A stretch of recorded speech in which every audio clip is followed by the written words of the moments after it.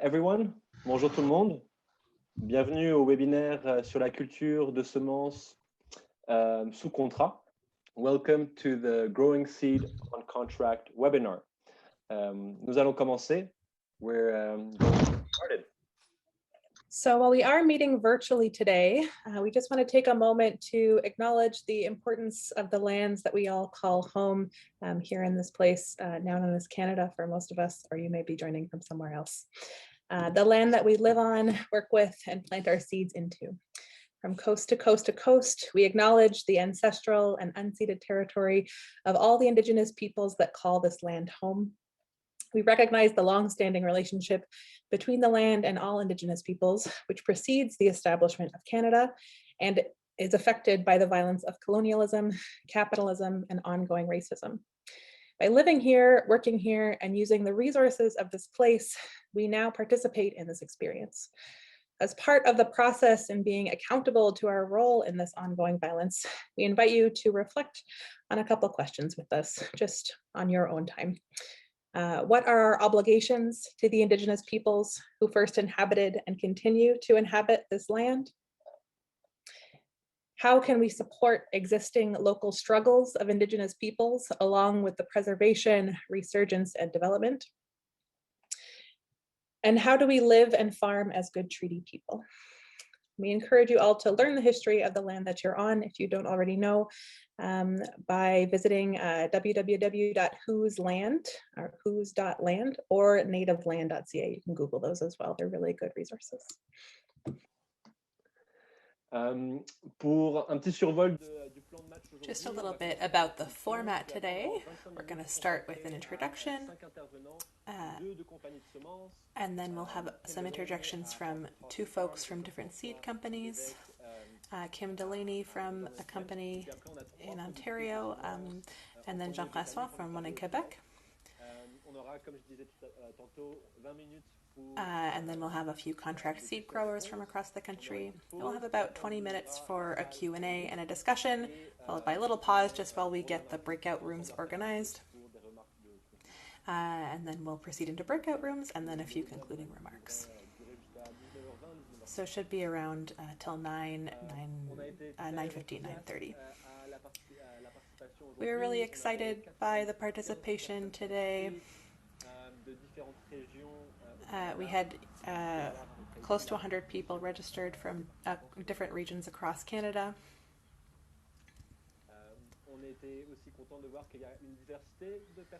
And there's a real diversity of people that have joined in terms of the kinds of activities they do on the farm. There are folks who sell vegetables in the market. There are folks who grow seed and who grow seed for market. A number of folks who grow crops, cereal crops or field crops. And then also folks who are used to growing seed for their own use in their community. Another reason we were excited about this webinar is that it's the first webinar where we're only doing it with folks from Canada. Usually we bring in experts from the United States, which kind of changes the dynamic a little bit in terms of talking about production and quality and all of that. You know, folks from FETCO or High Mowing. But, you know, using folks from seed companies in Canada, whether it's British Columbia or Ontario or Quebec, they really have more access now to reliable producers, which is great, so we can draw in their knowledge.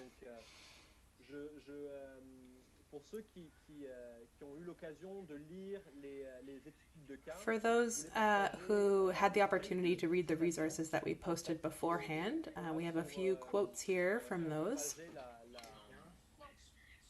just to situate the reflection a little bit. In a case study from Dan Jason from Salt Spring Seeds, he talks about how the demand for local ecological seed. In West Coast Seeds, they say there's a lack of certified organic flower and herb seed on the market, making this a great niche for certified organic growers. And then Dan Breezewa from Tournesol Farm talks about how a grower could make $30,000 to $50,000 per acre by growing seed on contract with a reasonable amount of skill and effort. Dan Jason again talks a little bit about the role of seed producers. Germination tests, final cleaning, and packing are all responsibilities of the contract growers. There are a few exceptions, but this is the usual process. Finally, to close with Dan, the biggest challenge for new seed growers is reliability. If someone can reliably deliver quality seed, that is a success, and I know we can build on that relationship.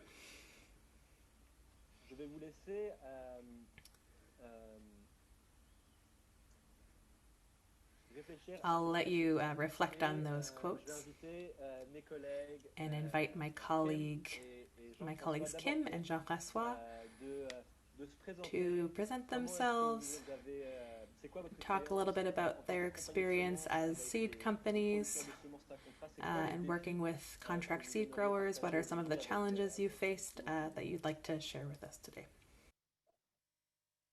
Okay. Hi, everyone. So my name is Kim Delaney, and I'm the founder of Hawthorne Farm Organic Seeds.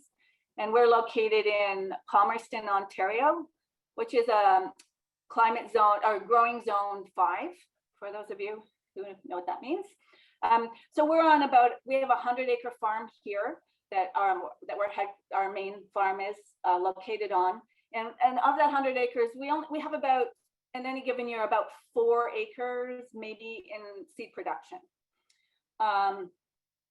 We are certified organic, so 100% of our seed offerings for sale are certified organic. So therefore, all our growers need to be certified organic, or we sometimes arrange for a grower's field to be part of our farm, and it's like an off-farm certified location. We've done that in the past too, but most of our growers have their own organic certification.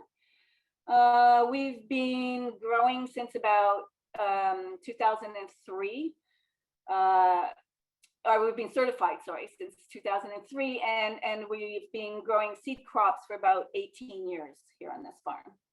We grow a lot of our own seed, and we grow vegetable, flower, and herb seed, maybe 350 to 400 varieties. We don't grow all those varieties every year, but that's what we offer. And we grow those crops in rotation here, and we also have growers. We've had up to 10 growers growing for us. This year, I believe we have 6. And then the rest of the seed that we offer, we buy from wholesale sources that we know and trust. So that's where our seed comes from. The types of things we grow here are seeds. John Navazio wrote a book on, what's it called? It's called The Organic Seed Grower. And in it, he talks about seed climates. And that's a really good place to look at what you might be able to grow. So we're very hot and wet here, so are hot. So we can grow seed crops that like it hot. And we're also quite wet, so we grow a lot of wet seeded crops, meaning like seeds that are encased in a covering, like tomatoes or squash, things like that. So they're encased in the fruit, or so they're not affected by all the rain we get in the fall. So we grow a lot of tomatoes, peppers, eggplants, squash, cucumber, all those cucurbits. We also can grow beans and peas very well here. We do a lot of herbs. We do onions. Things we don't do would be things like spinach. We don't do broccoli. Because of temperature concerns here, we can't produce quality seed of those things. So they're done elsewhere. And I don't know if Evelisa's on here, but I think Evelisa and Peggy are experimenting with some spinach seed up in Thunder Bay and on Manitoulin Island maybe this year to see if they can produce it for Canadian seed companies here in Canada, which is wonderful. So those are the things we grow, and our growers grow the same things we grow. We tend to meet a grower. Sometimes they approach us. Sometimes we hear about them and we'll approach them. And they, the first year or two, we will do small contracts with the growers. we'll let them trial something and see how they do. And when we do that, to take the pressure off the grower, we often have another source for that seed, either on our farm or we can buy it elsewhere, so that there's not a huge risk, so that people aren't pressured. And then by year 3, we usually are really starting to work in the relationship with the grower and offering them more. None of our growers have huge contracts. Like, I think the most any one of our growers has earned annually would be around 12, maybe up one year up to 15,000. So like none of our growers, many of them are doing other things, and the money they earn doing seed it complements their other income. But as Dan said, if you have an acre and you're committed, you can probably, I agree, 30 to 50,000 maybe in an acre. You have to make sure you have the market for that seed before you endeavor and start that work. What else do I want to say? You have about half a minute, Kim. Half a minute? Well, I'll just say that's it. We can, during the questions, we can talk about it a lot more, but that's who we are, what we do. Great. And as I said earlier,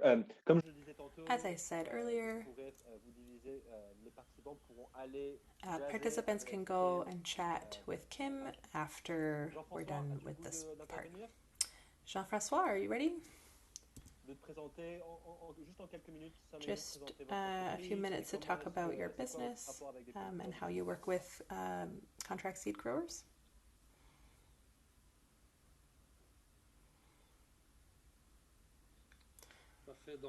Great. Thanks very much, Hugo. Thanks to everyone, to Kim. Just give me a second. I'm going to cut the translation sound because they're translating in my ear.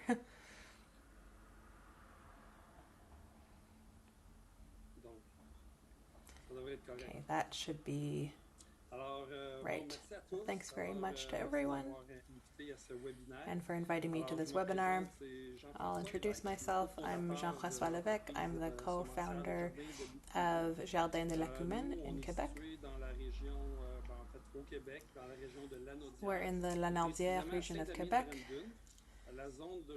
and we're in the Zone 3B.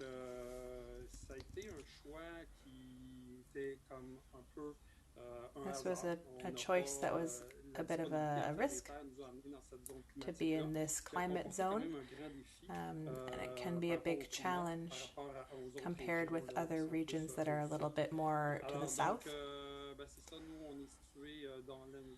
So yeah, we're in Lanaudière, in Zone 3B, 3B.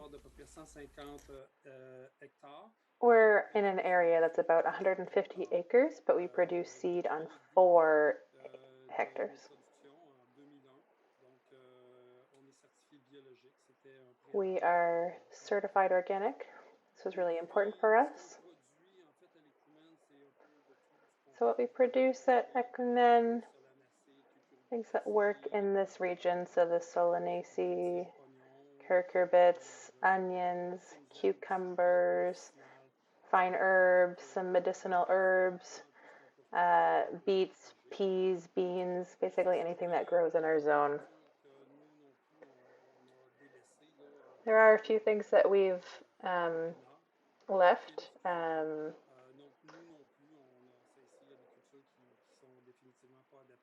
There are just some crops that don't really work well with our climate. We also use tunnels, more for sanitary reasons, also a little bit for climate, but more sanitary reasons, especially onions, carrots, things that are more susceptible to drought.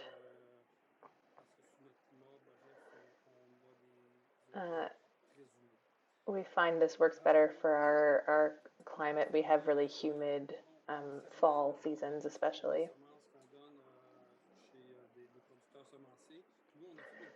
So on the question of conditions that we give to contract seed growers, well, we first started this working with contract growers in 2014, and then we quickly found we weren't quite ready for that step. Contract growers didn't quite know what their conditions would be like, and neither did we. So we took it up again in 2019 with some contract seed growers who, by that point, were very solid in their role and in their relationship with us.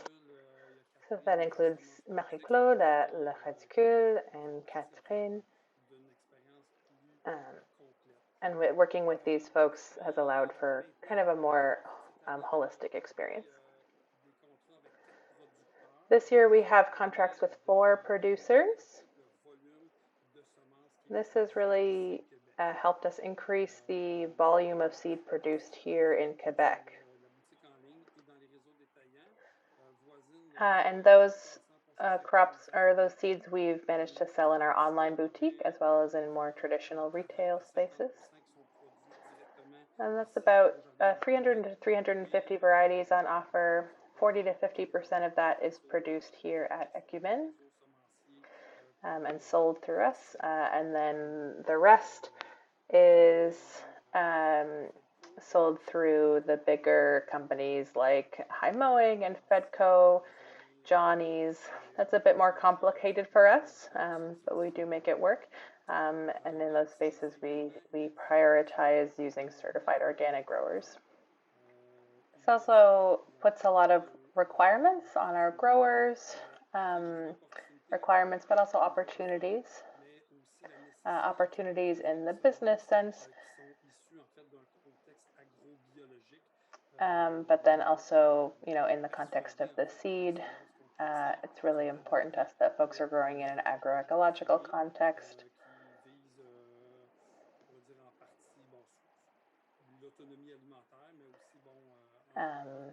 Because of course this both supports food sovereignty, food autonomy, but also it's something that's really important for our clientele who are looking for those kinds of products.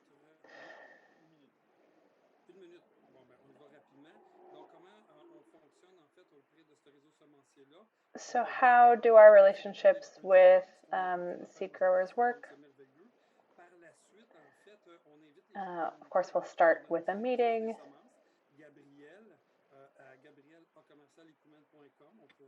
Our director of seeds, Gabrielle, you can get her contact information on our website.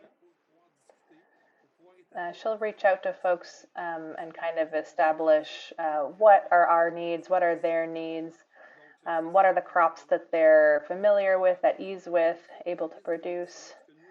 And then we'll share with them the list of seeds that we'd like contract growers to grow for us.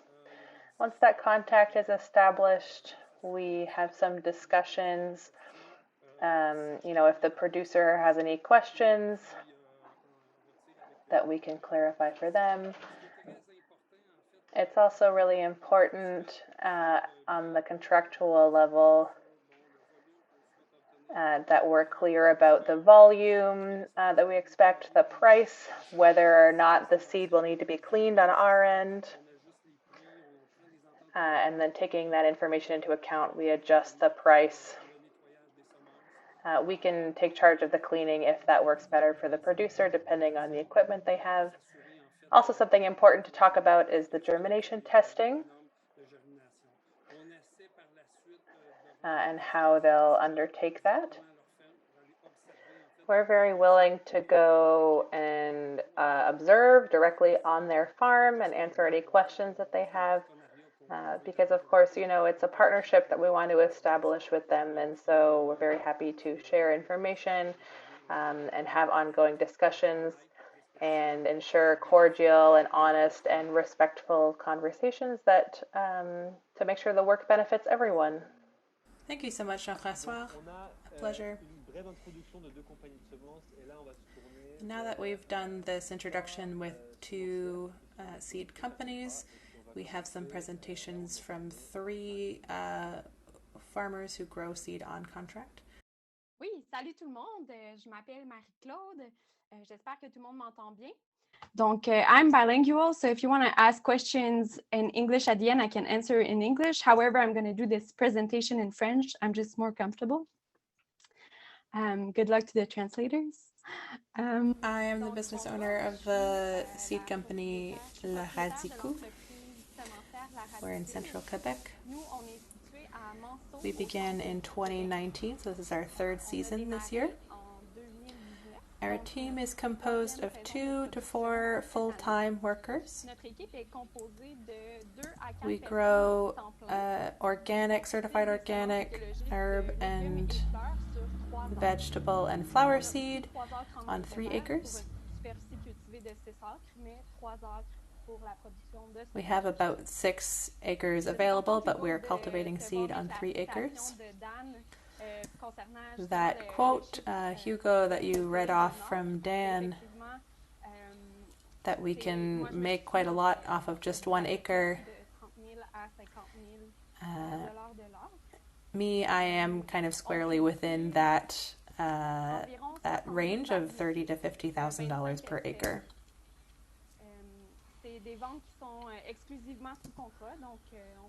We have around 70 varieties from 25 species. We grow exclusively under contract. It's really a seed contract business. We have contracts with around a dozen seed companies.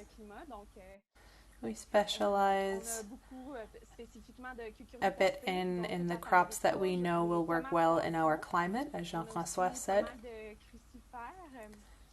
So a lot of cucurbits, peppers, squash, and inevitably peas and beans, which are really in high demand.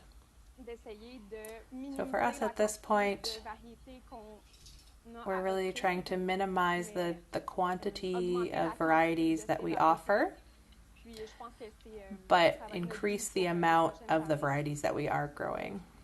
And this is going to be our goal for the next years. I started this business in 2018 after 4 years working with Dan Brisebois at Tournesol. That was my technical training in seed production and in the sale of seed. It was really helpful for me to connect with seed companies there, set up those relationships in the winter. After 4 years, I was really in the thick of it, and I saw that there was going to be sufficient demand and there would be a market for someone like me who wanted to exclusively grow seed under contract. And so I launched. And so when I started in 2018, 2019, it wasn't a model I was seeing a lot other than in the Western US. So it was a bit of a test of the model, but after 3 years, I'm quite pleased and convinced that it's a model that works, and it allows me to gain a living full-time as a seed grower, which was my goal from the start. And now our goals are to increase the surface area under cultivation, as well as the scale of production. In future years, we're planning to integrate more biennials.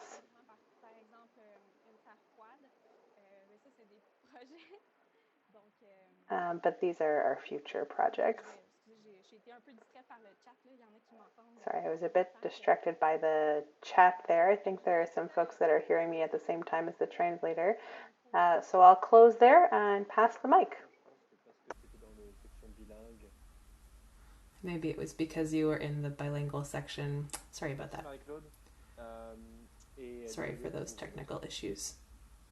Arzina, you're in British Columbia. Do you want to hop in? Thank you, and hopefully we'll figure this out too. Hi, everybody. My name is Arzina Hamir. I'm organic. We have a certified organic vegetable and fruit farm on the east coast of Vancouver Island, and I'm zooming into you from the unceded territory of the Comox First Nation. My husband and I started about 9 years ago. And so we are primarily a vegetable and fruit farm. So quite a lot different from the other farms that you are probably hearing from. We have about 4 acres in production, about half in vegetables and the other half in different soft and hard fruits. And our product is mostly sold direct to consumers. We wanted to grow seed primarily so that it would reduce some of our costs, enable us to keep varieties and adapt them to our climate. We are in climate 7 on the east coast of the island. And so we're able to overwinter quite a lot of vegetables in unheated greenhouses. And I use that system to then save seed that is robust enough to go through those winters. I mean, we do get some very cold temperatures, sometimes, down to -14. So the vegetables that do survive generally tend to be the ones that we save. So we do quite a lot of the brassicas, kales, bok choys, collard greens, using that system. And then lettuces as well that overwinter in our greenhouses. We're, because we're primarily a vegetable farm, one of the things that prevented us from becoming a big seed grower was we just didn't have the equipment available. In our local community, we do have a seed saving group, and they invested in a winnower. I hope the translator is able to get what that is. And that enabled us to clean seed to a better level. And once that was in place, I was able to approach one of our seed companies that you saw, Dan Jason from Salt Spring Seed. And the way that the contract, and it's not really a contract, it's a relationship with Dan. He and I have known each other for a long time. And so we emailed and I said, Dan, these are the seeds that I'm saving. Are any of them of interest to you? And he selected which ones they were. And from then on, every fall, we just check in with each other, what I'm going to be hoping to put into his catalog. And the way it works with him is that he sends me envelopes and I fill the envelopes, and so get a higher price because it's a per packet price rather than a bulk amount for the seed. But I do have to take in the mailing costs. So I mail them back to him filled. And I've been doing that probably for a good 5 or 6 years now. And then about a year ago, I approached the BC Eco Seed Co-op. And I see Dave Ketzel's here. There's a few members, I hope, that are here. And this is more of it's a cooperative of seed growers. And prior to, I should just back up. What Dan mentioned is, germination and the cleanliness of the seed is my responsibility. The Eco Seed Co-op does some of that seed testing for me, which is really wonderful. But I send them seed in bulk. And I should just mention, I probably only grow maybe about 10 or 15 different types of seed. So I don't have a huge selection. I didn't really want to be a seed company. I just wanted to grow seed that I really, I could grow well here and that was of interest for me to grow on the farm. We use the varieties as commercial varieties for us. And so that's maybe what makes our system a little bit different from everyone else. Seed is a side. It's one of the products that comes off the farm, but it's not the main product. And so it doesn't take up a ton of space and a ton of our effort, but it is something that we are able to get revenue through the fall and winter months, which really makes it a nice fit for market growers. Yeah, that's us. Merci, Arzina. Thank you. Jessica Gayle in Ontario. Do you want to hop in? Hi, everyone. My name is Jessica Gayle. I'm calling in from Hamilton, Ontario, which is the traditional territories of the Haudenosaunee and Anishinaabe people. We're in zone 6B here. This is my 9th season as a grower, my 3rd season growing seed. Originally for 7 years, I ran a farm business that focused on cut flowers and culinary and medicinal herbs. And then starting last year,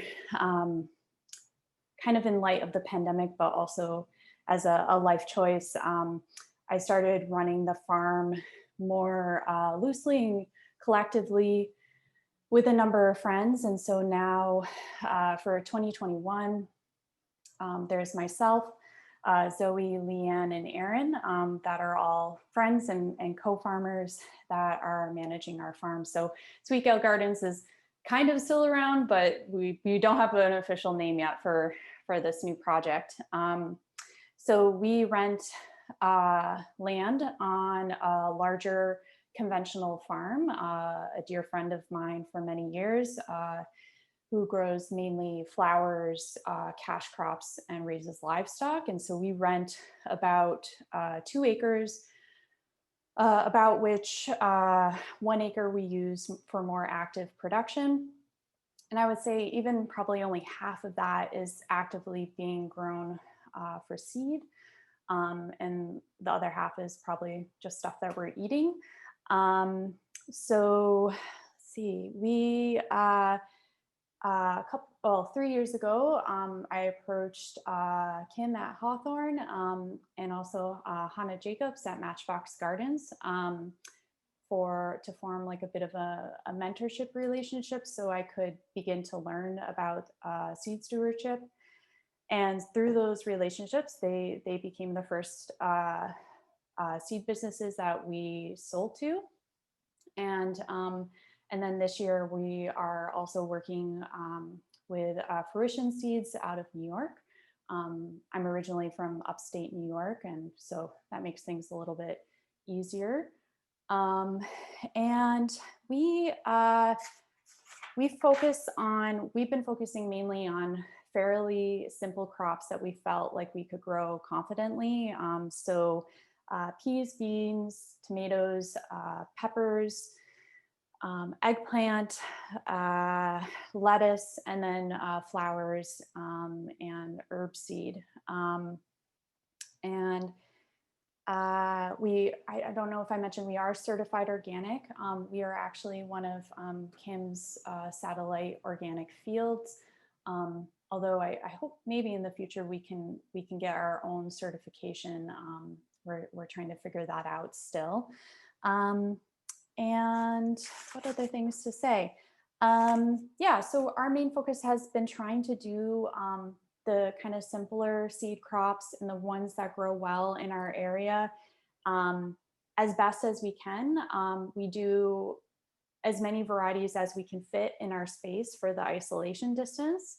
But then I think what's also neat about what we're doing is because of my background as a cut flower grower and Zoe, her background in medicinal herbs, we also grow a number of flowers and medicinal herbs for seed. So that gives us a little bit of specialty. And I think that's something that made Fruition kind of come back to us this winter and ask if we'd be willing to grow some seed for them.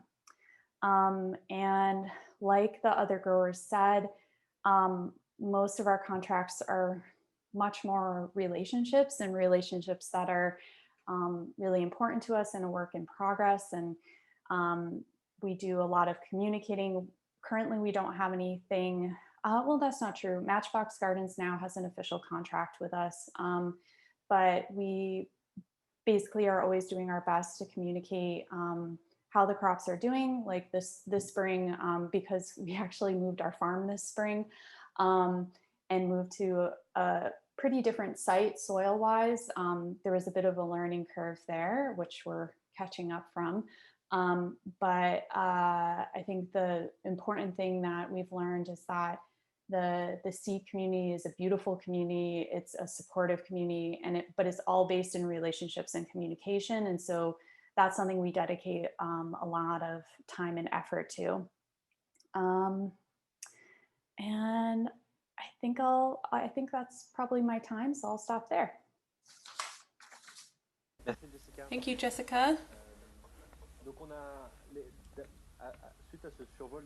So, all the presenters have touched on a lot of issues, from climate zone to business relationships along a scale from, or spectrum from formal to informal. Talked a bit about the structure and the kinds of equipment needed to produce at a certain scale, and the role of organic certification, what that plays in the production of seed. Now we have about 20 minutes to continue the discussion in a big group, and for the presenters to perhaps speak more to their experiences, or if there are any questions in the chat, we can start with those. Tara, are there any questions in the chat that we can start off with?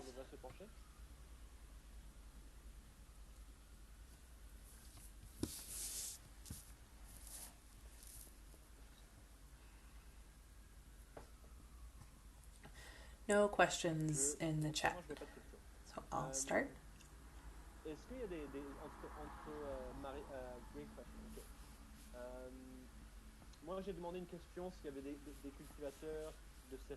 I'm wondering if there are any field crop producers here, just that might be interesting to hear more about that around peas or beans. Are there any questions that the presenters might have for each other? Kim?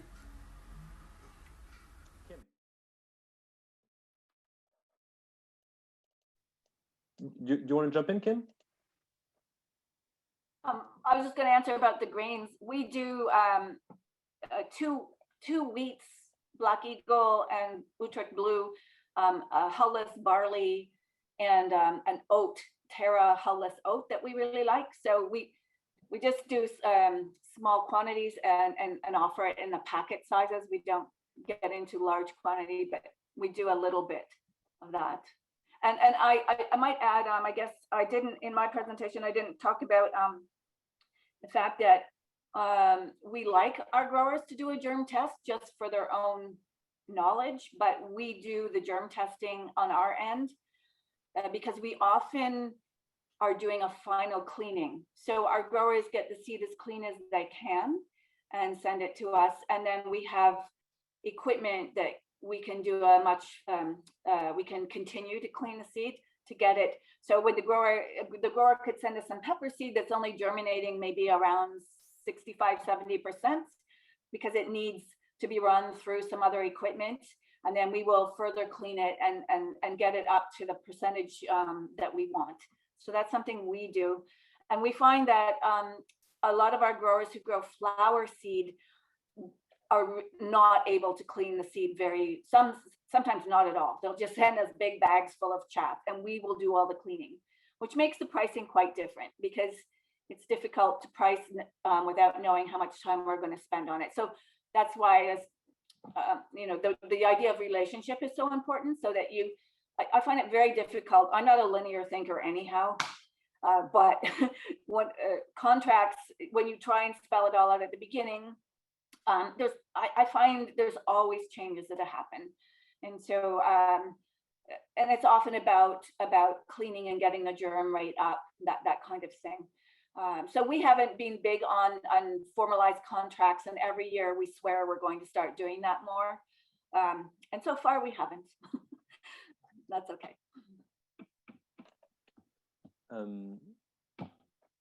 I have a question. How is phytosanitary and virus-free certification accomplished? I don't think we've talked about certification around phytosanitary and virus-free seed, but perhaps folks can speak about how they ensure kind of minimal quality. You mentioned germination tests, Kim. Yeah, good communication between the seed company and the growers is possibly another ingredient in this. Are there other points that folks want to? Marie-Claude, vas-y. I can answer the question in English and hopefully the translation can follow. So the only time that we need to get a phytosanitary certificate is when we export to the United States. So in that case, a representative from ACIA, or in English, it's FCIA. CFIA. CFIA. Yeah, CFIA in English. So they'll come and visually inspect the seeds for any impurities that they can visually see, but they don't do any lab testing. So that's for the phytosanitary certification. However, I feel that my duty as a seed grower that sells seeds to many seed companies is to have the crop tested as soon as it presents a sign of disease, like a generalized sign of disease. Like if my whole crop, like for example, if a whole crop of brassica is diseased, I will send a sample to a lab and try to identify the disease, the pathogen. Because there are different levels of tolerance that we can have.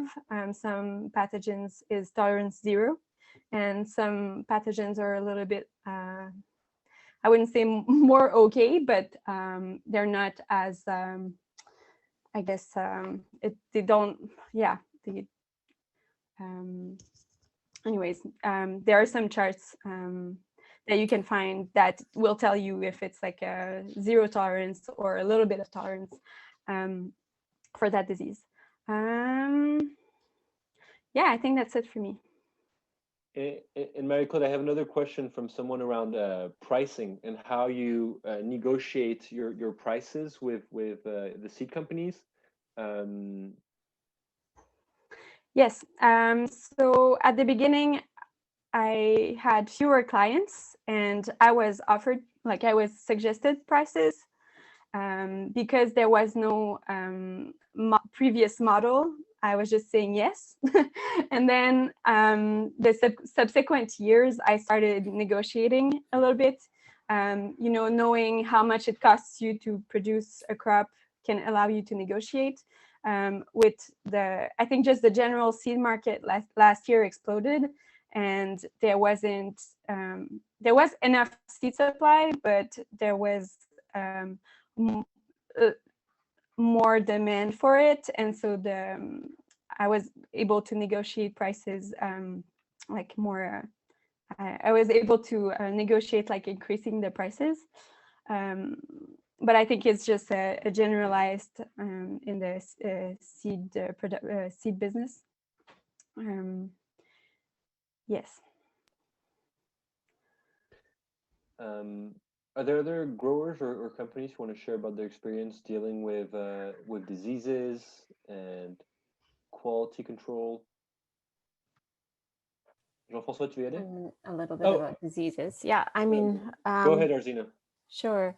Part of the responsibility for the grower is to also, you know, as you're growing a crop for seed, is to rogue. So remove any plants that are looking diseased, you know, in the field, so that you're saving seed from the best and the healthiest plants. Obviously, you know, for us here on the West Coast, it can often start to rain quite heavily and for quite a long time come September. And so the quality of the seed when it's rained on will really suffer. So what we've done in our farm is to primarily grow most of our seed under cover. So putting it, you know, keeping a high tunnel or a caterpillar tunnel specifically for seed production so that the quality maintains and stays high. I think there was a question around like contamination of different varieties, more like how do you maintain purity of the seed? And that's absolutely something that you need to research. So for us on a vegetable farm where we have many, many different types of brassicas growing, we have to be very careful not to allow any of our salad brassicas to go to flower if we are saving the same variety or the same species for seed. Similarly, for example, in squash, there are 3 main squash families, and if you are going to save seed, you have to either choose only one variety per species, or only grow one type of squash. So those are the choices that have to be made, and that's all part of the crop planning. You can use like physical barriers sometimes, or timing to enable certain plants that flower at different times. Corn is more the easier one to sort of figure out timing so that you don't have cross-pollination. But if you're farming with a lot of biodiversity, you can be sure that insects and wind will carry pollen. So I just suggest not growing multiple varieties of the same species in the same area. It's just too difficult to kind of maintain the quality. And apart from that, we continuously grow out our seed. So even if we only save that one variety of seed, we are planting it the very next year, and we can kind of check to see if there was any contamination in the seed type.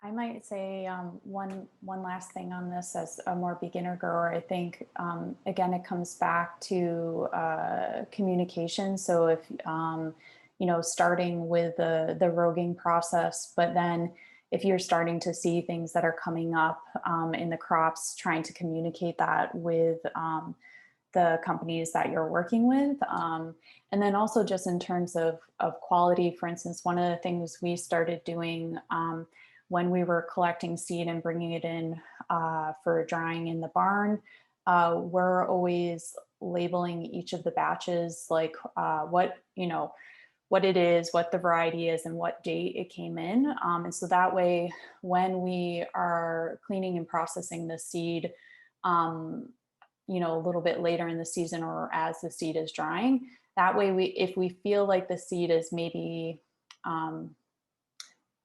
we're questioning the quality of it, we can set it aside in a separate batch and then share that separate batch with the company and let them be the final arbiter of the quality of that seed. So for instance, like we grew a nasturtium crop, and I, during the EFAO conference last year, I sat and actually organized all the seed by size, just because I wasn't sure whether some of the smaller seed should be included with the larger seed. And then, I separated it into bags and sent that to Kim and let Hawthorne be the final judge on that, because I think, it's recognizing that as a newer seed grower, that it's a part of the relationship we've been fostering with these companies is to learn. And so part of this is, that back and forth about, does this look right to you?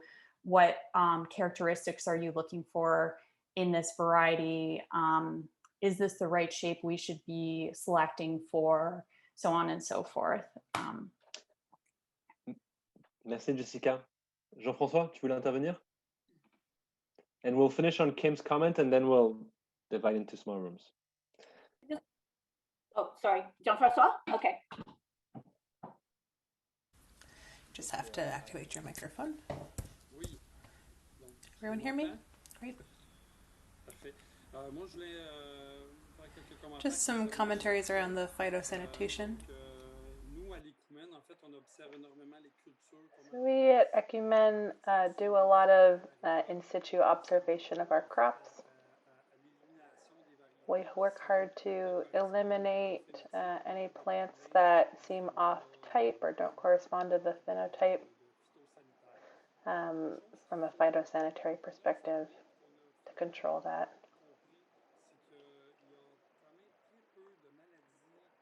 Now, what I understand is that there are actually very few diseases that can transfer from the plant to the seed. The problems that we have encountered, us in zone 3B, generally come from the abiotic growing conditions. So we have the humidity and we have drought. There are many problems. What we've realized this year, especially with the number of farmers and gardeners that are producing on their own properties, is that folks were noticing diseases in our tomatoes. And so we take this really seriously. And so we sent some samples to a laboratory in Quebec that is certified for doing phytosanitary analysis. And we were really interested in knowing the results. And in the end, it confirmed that there were no viruses in our seeds. The risk comes with introducing new varieties or crops in our garden from other producers. But even then, we find that there are methods we can take to assure the quality of the seed, either through observation or through hot water treatment. Otherwise, we're producing our own seed, and we respect the isolation distances and the minimum populations. And we at Ecumen, we've been cultivating a lot of these varieties over between 5 and 20 generations. Now it's been 20 generations for some varieties. And so we can really observe their behavior and pay attention to if there are any differences from year to year, and then decide whether to commercialize that seed crop or no.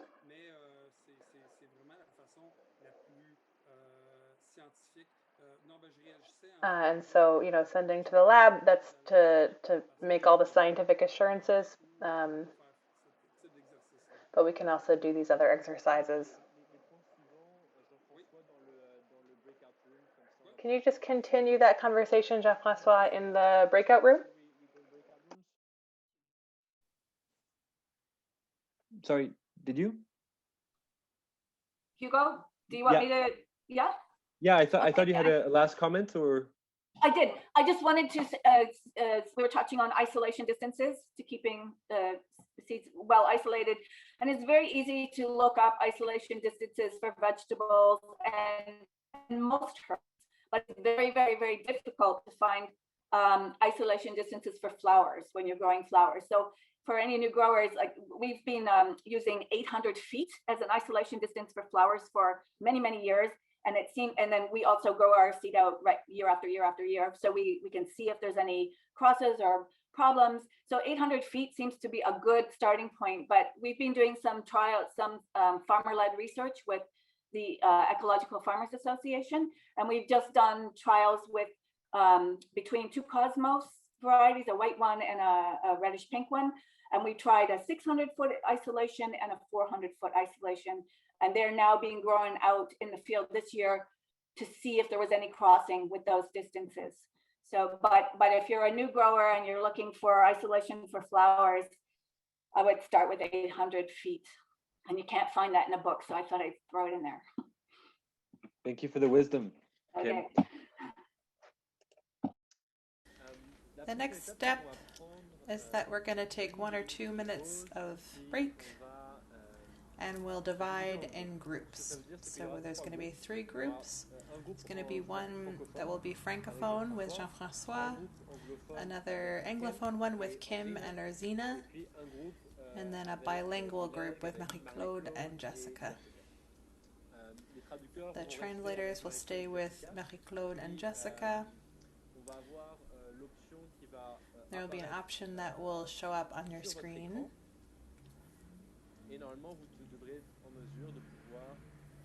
So that you can choose which group you want to be in.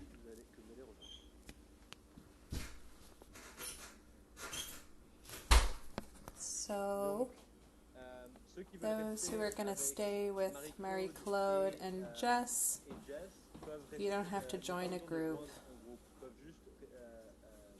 You can just stay in the main room.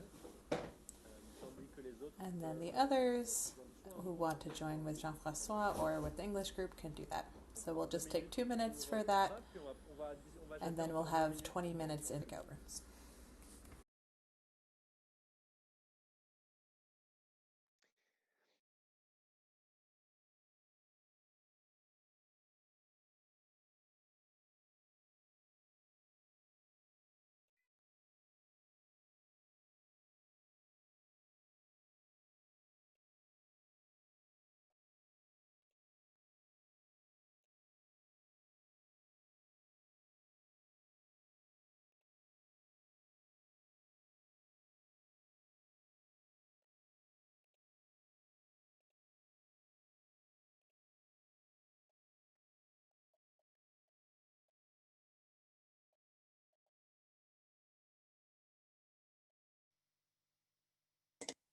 Okay, well, I think we can probably get started.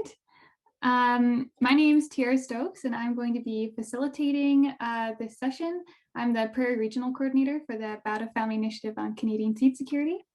So in this group, we're really lucky to have Marie-Claude and Jessica here to answer your questions and talk about seed contracting. And maybe I'll just quickly do a little housekeeping at first. If you're comfortable and you're able to, feel free to turn on your video, and you do that by going to the bottom of your screen and you see like a little video camera there, you can click there. If you're not speaking, just because there's a lot of us in this group, if you could click mute, that'd be great. And if you have any questions, if you're more comfortable typing in a question in the chat, feel free to type it in there and I can ask your question for you. And I would love to be doing an introduction circle, but there is a lot of us here. We only have 20 minutes. So it'd still be great to hear from you and hear where you're growing. So when you ask a question, if you could first introduce yourself, maybe just say where you grow and what you grow, that'd be great. So I guess without further ado, I will leave the floor to all of you. And if anybody has questions for Marie-Claude and Jessica, you have the floor.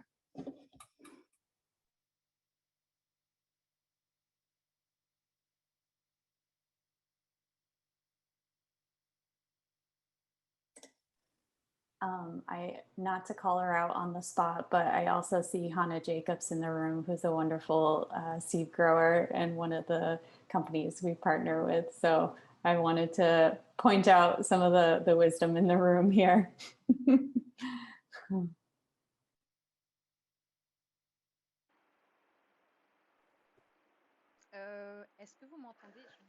Can you hear me? Sorry, I'm not super good with Zoom. We understand you. Okay.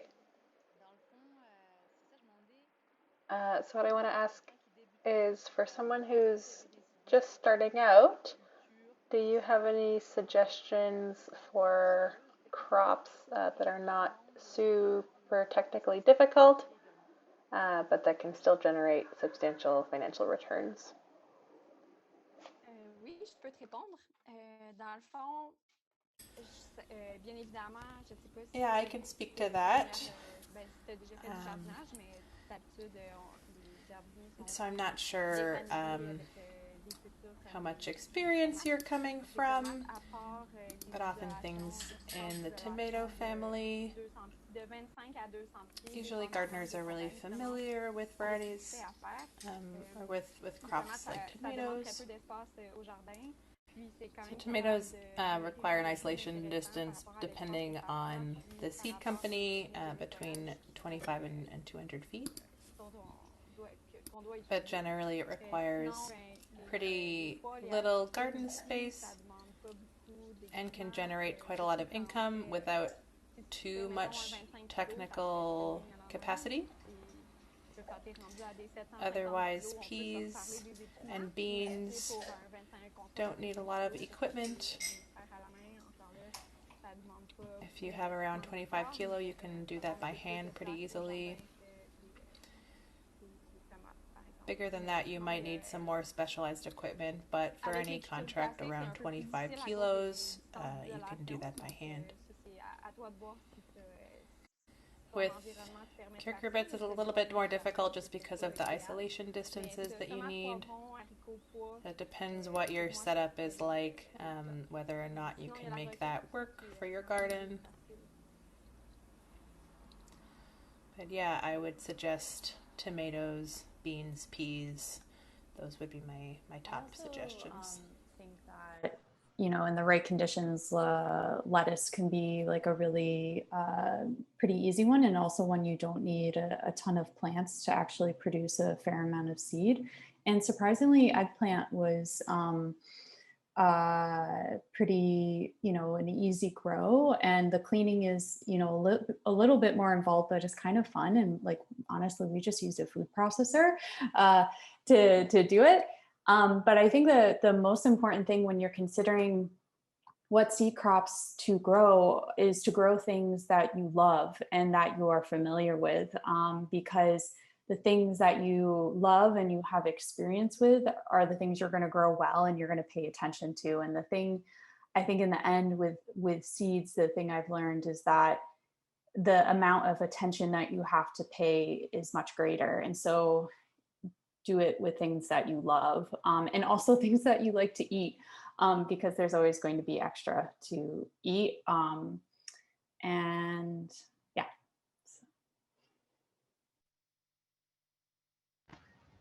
I wanted to ask a question. I'm Siri. I've been working at a seed farm for 2 years now, well, into my second year, and I've been thinking of trying to do my own seed production. And I was just wondering, like, reaching out, just the first step of like reaching out to a seed company, and let's say it'd be totally new land. Like maybe I might be able to get some land that I'm already on, but how do you go just writing that first email or getting in contact with those people the first time asking about, hey, I am going to try this my first year? Like, how would you approach that?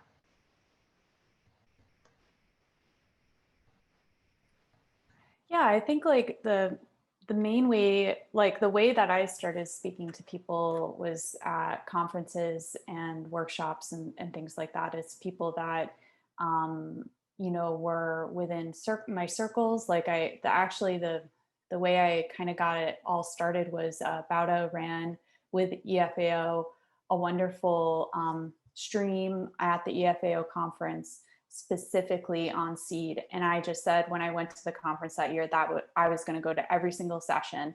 And that's how I started meeting people. That's how I met Kim. And I knew Hannah from way back. But I think that, you know, if you can, to start in those real face-to-face ways, you know, we're in a bit of a different situation now, but, and then I think that, you know, knowing that it's going to be your first time, you know, doing it on your own, potentially on new land, is to approach it from like a pilot kind of perspective, and from a perspective of smaller quantities, trial quantities, and don't go like, it's so, when you start getting to seeds, the thing is like, you get so excited to grow all the things. But, you know, we learned this lesson again this year, that when you're on new land, there's such a learning curve. And so, you know, I've been growing for almost 10 years, and there's things that kicked me in the butt this spring. And so to, you know, whittle down that list, make it be smaller quantities, make it be crops you know, you love, you have experience with, and start it in relationship. I think is, you know, I feel like what's wonderful is it's one of the seed world, I think, is particularly situated to start things in a very relationship based way. It doesn't have to be pure business. it'll get there, especially like Marie-Claude is like operating at a much bigger level than we are. But I think that it's those foundations and those relationships and connections that really get things started. Great, thanks so much. Even just at the seed farm, you can see how easily things can go wrong. Like we had 2 brassicas this year, and all of a sudden one goes to flower way before the other, and you're like, oh man, gotta get this chopped down because I've got kale going. So you can definitely see how you have to pay a lot of attention. I just wanted to mention, Jess, that you're not alone. You know, I'm gonna have to move my farm next year, and that makes me so nervous. There's so much. I can give you some tips. Like what? I'm gonna have to move a farm. How am I gonna do that? But it's not impossible. It feels impossible and super scary, but like, especially if you're going to a better place and a better setup and like hopefully something longer term, it's worth it. It's so worth it. But it's like, yeah, it takes some planning. Yeah, so we're on rented land now, and we're moving the farm where I live. So yeah, it's going to be more permanent, and that's exciting too, because you're starting, you know, the money that you're investing in building the soil fertility, it will stay there, like it's yours, and I just cannot wait for that. Yeah, wish me luck. Yes, good luck. It's a ride. Many hands. That's all I have to say. Many hands make light work. We had like a small army of people in the spring. We literally, I'm not even kidding you. We moved probably like 500 to 600 perennials out of the ground in pickup trucks over to the new farm. So yeah, it can be done. Lots of shovels, lots of people.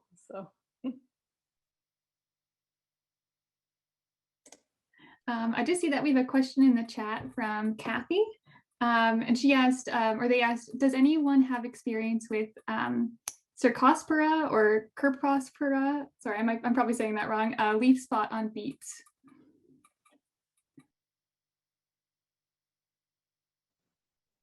I don't.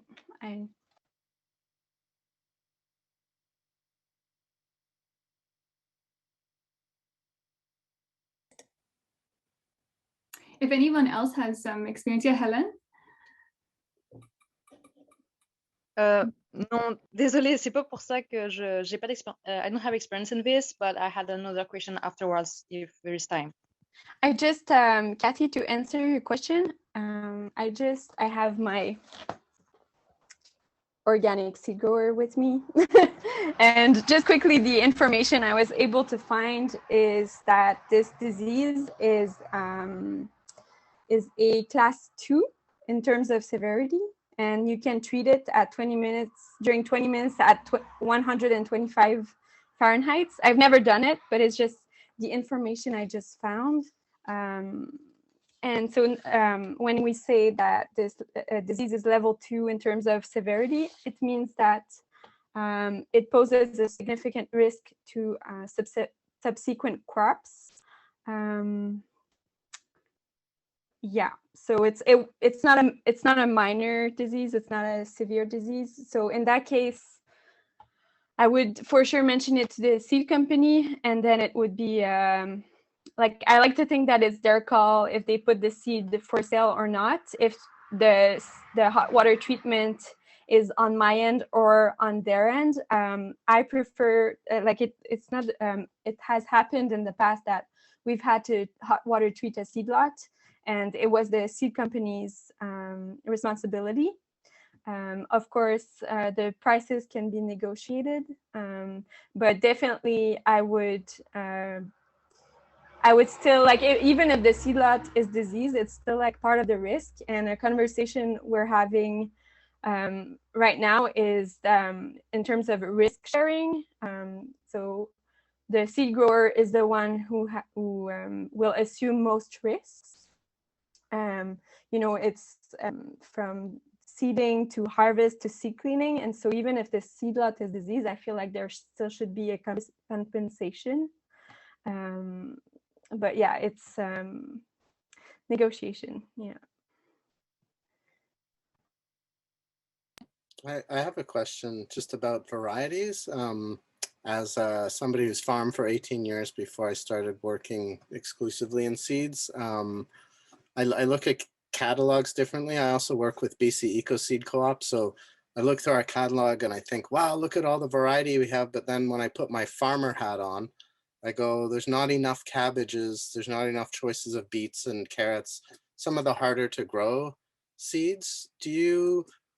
Are there crops out there that you kind of see a need for people growing that is maybe a bit more challenging, or maybe you can't do in your climate? And especially if there's any seed companies on here, are there any specific varieties or species that you seek out?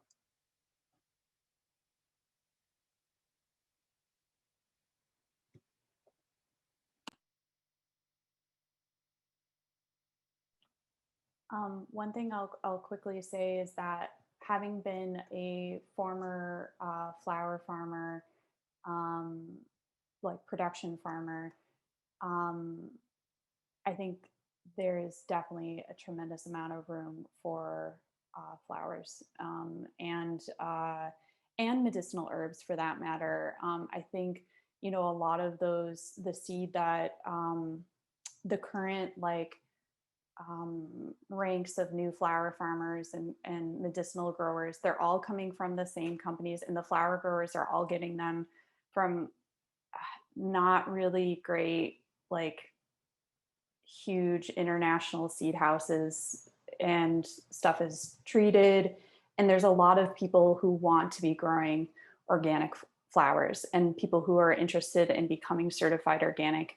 But the thing is, in the end, because it is simply going to be an aesthetically driven industry, they're going to go for the varieties that they know are going to sell to their customers, especially florists. And so I think that there is a real opportunity there. And I think in the medicinal world, it seems like there's like a few companies that have kind of the corner on on seeds. And like what happens to us every year is we try to get some of those seeds and they sell out. And so we're trying to keep more of our own seed for future production. So that's one thing I've observed.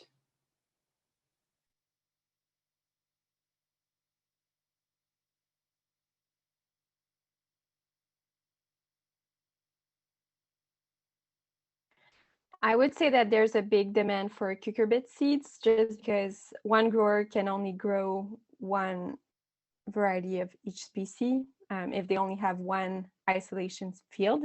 In our case, we have 3. So we're able to grow 3 varieties of each species, which I think works well for our clients. It allows us to have a broader offer as well. But yeah, I would say I'm noticing that cucurbit seeds are in high demand, and as a consequence, I think that the pricing can be negotiated because, in my opinion, cucurbit seeds are very labor intensive. They're an expensive crop to grow and clean, in my opinion. I think we just have like 1 more minute left. So if Helen, you want to quickly ask your question, and then we might have about like a minute and a half to go through it. That'd be great. Oui. En fait, Marie-Claude kind of answered the question already, but it was wondering about if there is a major disease in the culture, then what's happening? Like, do we have to have the consequences on us, or the other semencier would pay for a part of it?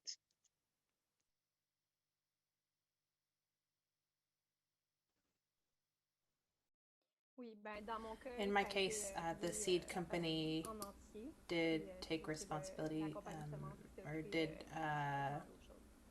pay for and manage the hot water treatment.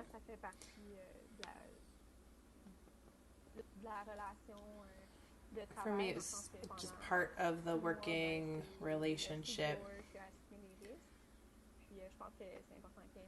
and that the seed company might assume the risk, just needs to be part of the conversation.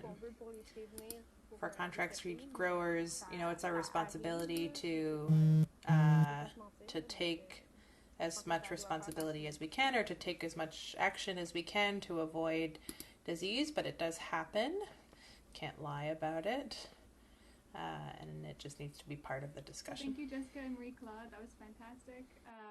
It went by way too fast, but thank you for going through these questions. And I'm sure Hugo will hop on in a moment and lead us through closing remarks and how we can stay connected. So thank you.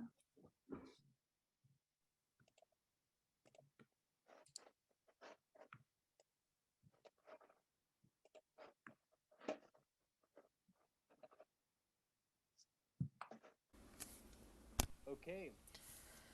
So we hope that you had the opportunity to share a little bit more in small groups. I hope you had the chance to discuss more in smaller groups. Now you have to reconnect with your translation. Now you have to reconnect with the simultaneous translation. Go to the little globe at the bottom. You can just click on the globe at the bottom. And we recommend to mute original audio. Vous pouvez aussi enlever l'audio original.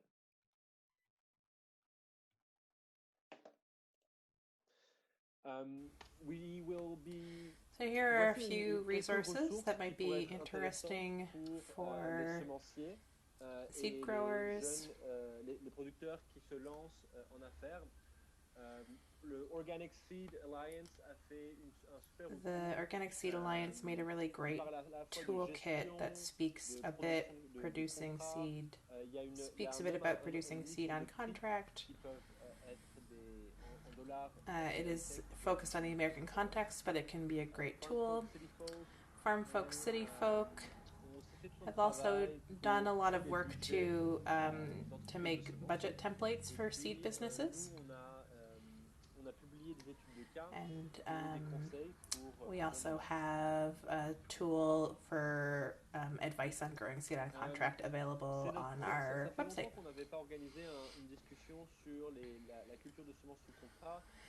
So this hour and a half has really passed really quickly. We really hope that you've benefited from this conversation.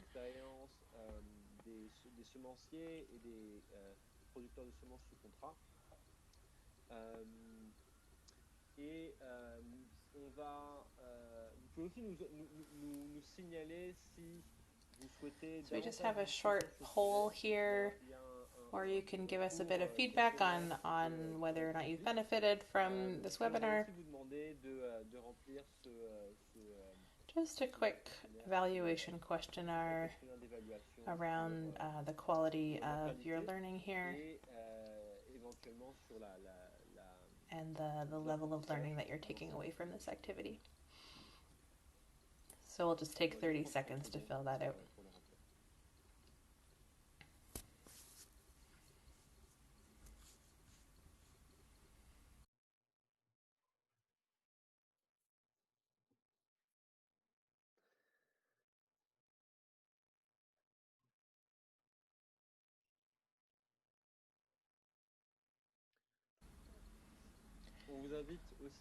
We'd also love for you to keep in touch with Seed Change and with the Bauta program. You can feel free to get in touch with your regional coordinator if you have any other questions, and that will help you keep in touch with other events like this, networking events that might be happening in your region. We have a couple upcoming webinars, one on legumes on July 20th, and then one on beets varietal selection, and that will be with our colleague in British Columbia on July 29th. I'd really like to thank our translators, Adrian and Peter, and thanks to Tiara and Caitlin for their technical support. And finally, I'd like to thank all of the presenters that have been with us today, as well as the participants for being with us.